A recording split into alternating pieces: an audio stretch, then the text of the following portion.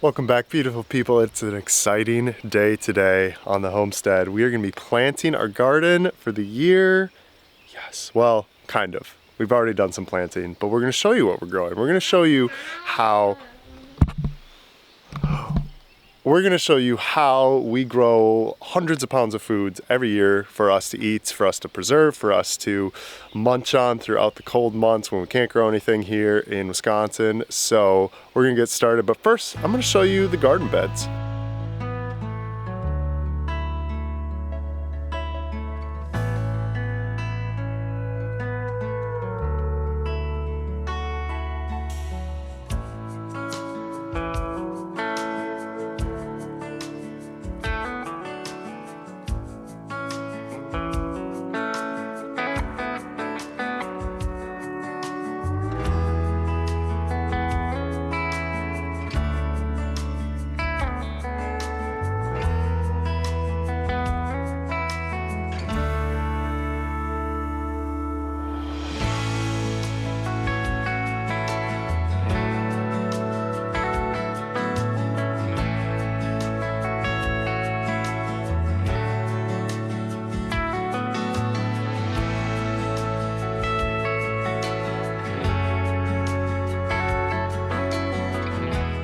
If you've been following the channel for any length of time, you would have seen that in previous years we had actual physical wood garden beds, and they were a disaster. They didn't work. Plain and simple, they rotted after 3 years. We thought because they were cedar that they would last longer, but they didn't. So this year we decided to totally flip the script, and we went with some borderless beds here.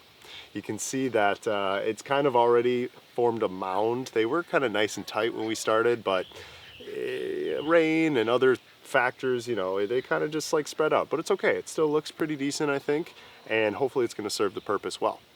Another thing that we did a poor job of in previous years is mulching our beds, and that led to an incredible amount of weeds, and it was just frustrating every year or every morning coming out into the garden and just having to pull weeds for hours and hours to kind of tame back the jungle, if you will. So this year we wanted to prioritize mulching our beds, making sure that the plants had the best chance. Our chickens are upset that we're keeping them in the pen today. We want to make sure that our plants had the best chance to grow, that they weren't competing with other weeds. So we went with this kind of pine shaving mulch. We're going to try it out this year. We're going to see how it goes. And hopefully it's going to lead to some really healthy, very high producing plants. Look at the blueberries. They are doing amazing. We planted these in last week's video, and they're already starting to get some nice leaves and even some flower buds already. That handsome dude. You wave for the folks. There you go. Okay, so I'm gonna run you through exactly what we grow in order to get, like I said, hundreds of pounds of foods every year. But first, we need to finish mulching these beds. So let's do that first.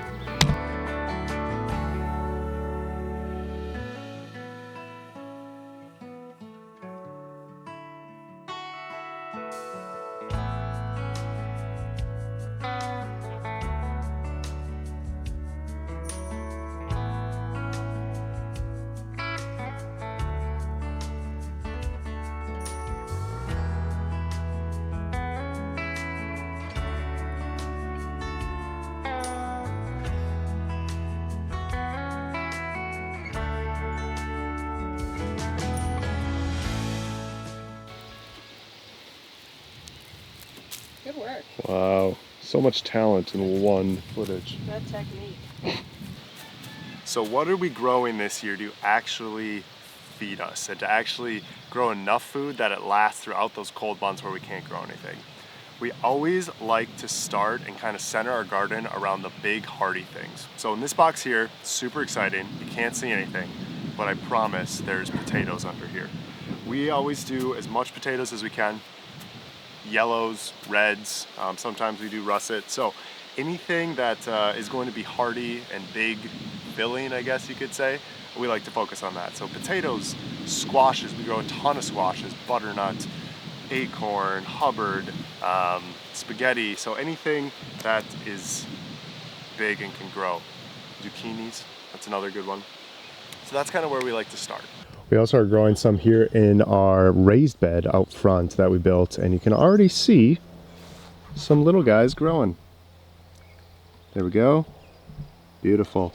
We have to put a grate on here, otherwise the chickens will get up here and absolutely destroy it, but this is going to be another experiment for us too, because we've never grown potatoes in this bed, so fingers crossed it works well.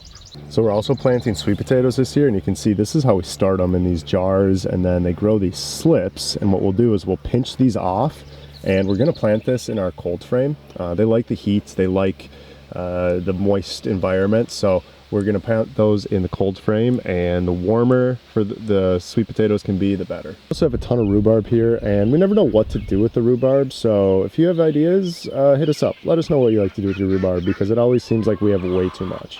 All right, this is the fun box, I like to call it, because it's the tomato plants, and they always look the best, especially when there's fruit on the vine and you can pick it. It's a very, very satisfying feeling. This year, our focus is going to be more on the tomatoes that preserve really well. So in previous years we did a lot of cherry tomatoes. We tried like some beefsteak tomatoes and they just didn't really work that well. Like they didn't grow very well for us. I think it's probably user error and me not having a green thumb.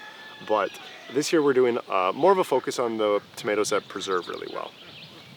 The tomatoes that preserve really well, Roma, San Marzano. We're gonna try a new variety, Amish Paste is supposed to be really good. And that's kind of this bed, the bed behind me. We have a couple other beds over there. So we're gonna have probably a couple 100 pounds of tomatoes alone, which is kind of mind blowing. And then when you reduce all that down, we do diced tomatoes, we'll make some sauces, we'll make spaghetti sauce. When you like reduce all that down, it's kind of crazy how many tomatoes goes into like one like pint-sized jar of sauce. If you've never done it before, I'm gonna bet you're gonna be surprised the first time. But tomatoes are a great staple to have because you can just do so much with them. Salsas is another one. That's one thing that we've never done in the past really, and I want to do salsas this year. So hit me up if you have a good salsa recipe. This box, it's kind of boring because you can't see anything yet because we just planted them. But in this box, we're gonna have green beans, and this is actually something kind of newer for us. We've grown green beans before, but we really have never had like a huge harvest of them. We've had enough where we've been able to have like some, you know, side dishes throughout the summer or whatever, but we've never really preserved green beans. So this year, we really, really want to take care of this bed, really want to preserve or harvest and preserve as many green beans as we can because we like beans. They're easy to grow more or less, and they're kind of one of those more hardy vegetables too. So green beans coming up this summer near you. Sarah just told me they're bush. Sarah just told me they're bush bean variety too, so I had to make sure that you knew which ones. All right, we got the cukes over here. Cucumbers, that is, for all our yeah, for those that don't know what cukes are, it's cucumbers. And we also have dill here. And what we like to do with cucumbers, shockingly, we like to make pickles. But they're also a very just like refreshing thing to have on hands. They're not, I mean, they are kind of bulky, but we usually don't grow them like super large because the larger they get, the more seeds that they have in them, the kind of less tasty they are, I would say. They just get kind of weird when they get big, so we try and harvest them earlier on. But yeah, fun fact of the day. Cucumbers are a fruit. Behind me here is actually probably one of my favorite boxes, and that's the pepper box or the pepper bed. And again, another one that we've really not had an amazing track record with. We've had some good years of jalapeno peppers, but these guys are bell peppers, and I love bell peppers. I think they're the superior vegetable out there. You can cook them with so many different things, and we make a ton of different kind of like Chipotle style bowls, and bell peppers and onions, fajitas. Ooh, darling, they are delicious. So we're gonna do bell peppers. Hopefully we get some good harvest from them, some good yields from them, because years past we haven't. But yeah, let me know your best bell pepper tips because we want to grow a lot of them. And then on this side of the garden is my favorite corner, which is the sunflowers and the zucchini. I have had terrible luck trying to grow sunflowers. This is my third year trying, and hopefully this is the year. We haven't had them in the garden before, so they kept getting eaten, so we finally made a corner just for the sunflowers, and we'll see how they do. And then we still have to pop the zucchini, and we started them a bit late, but that's where those are going. Starting to rain.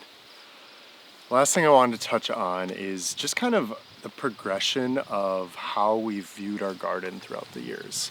When we first started, we were super excited, right? It was our first season growing. We had just built this new garden.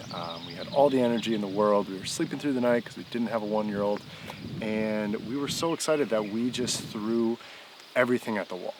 And I don't think that was like a bad approach, but we tried so many different varieties. We grew as much as we could, and like I said, I don't think it was a bad approach, but if I were to go back and do it differently, I would have definitely worked our way up.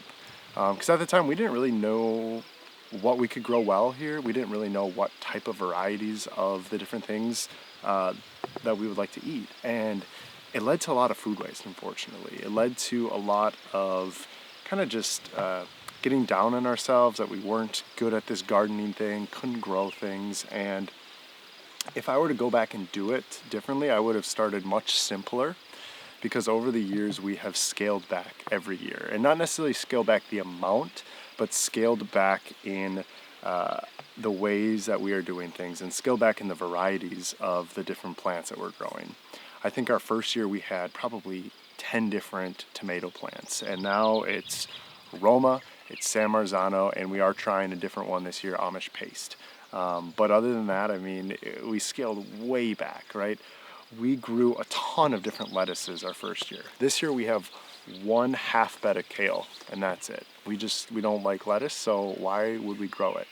And then also we kind of skimped out the first couple of years because we were attracted by all these like fun, different, colorful vegetables that you can grow. But we didn't really grow like the staples. We didn't grow too much potatoes. We didn't grow squash at all the first year. And so really trying to simplify and being honest with ourselves is, why are we choosing to grow a garden? It's to feed ourselves. It's not for the pretty pictures. It's not for the aesthetic of it necessarily, though I'm a sucker for a good aesthetic, and we definitely built this garden to enjoy the view, the physical garden to enjoy the view, but the plants are to sustain us. The plants are to feed us. And I think if I were to give advice to the new gardener, it would be that. It would be start simple, start with things that you know already that you enjoy to eat, start with things that are easy to grow. I think if you're able to get some early wins under your belt, you're going to have that much more confidence year over year over year as you start to stack your skills and you start to really learn how to grow your own food. It's not difficult, but it's not easy. And I think that's what I would tell my former self a few years back when we were starting this garden. So I'm excited to see how this garden does this year. Like I said, we're hoping to grow, hundreds and hundreds of pounds of food that we're able to preserve and they're able to eat during the cold months here in Wisconsin when we can't grow a garden. And I think that really goes to the whole idea of why we're out here, trying to be more self-sufficient and more community efficient. Not efficient, sufficient, community sufficient. Sharing with neighbors, sharing with friends, trying to get back more to kind of our roots. That's what I'd tell my old self. So hopefully you're gonna follow along this summer as we grow. We're gonna be sharing a lot more than we had been in previous years. Last year, go figure, it's kind of tough with a baby to grow a garden, raise a baby, and work jobs and try and do YouTube and make content. So stick around this summer. We're going to be growing a lot of things. We're going to be showing our process, showing the wins, showing the fails. But as always, thank you for watching. My name is Austin, Cypress and Sparrow Homestead. My wife Sarah, our little dude Gus. We'll see you in the next video. Peace.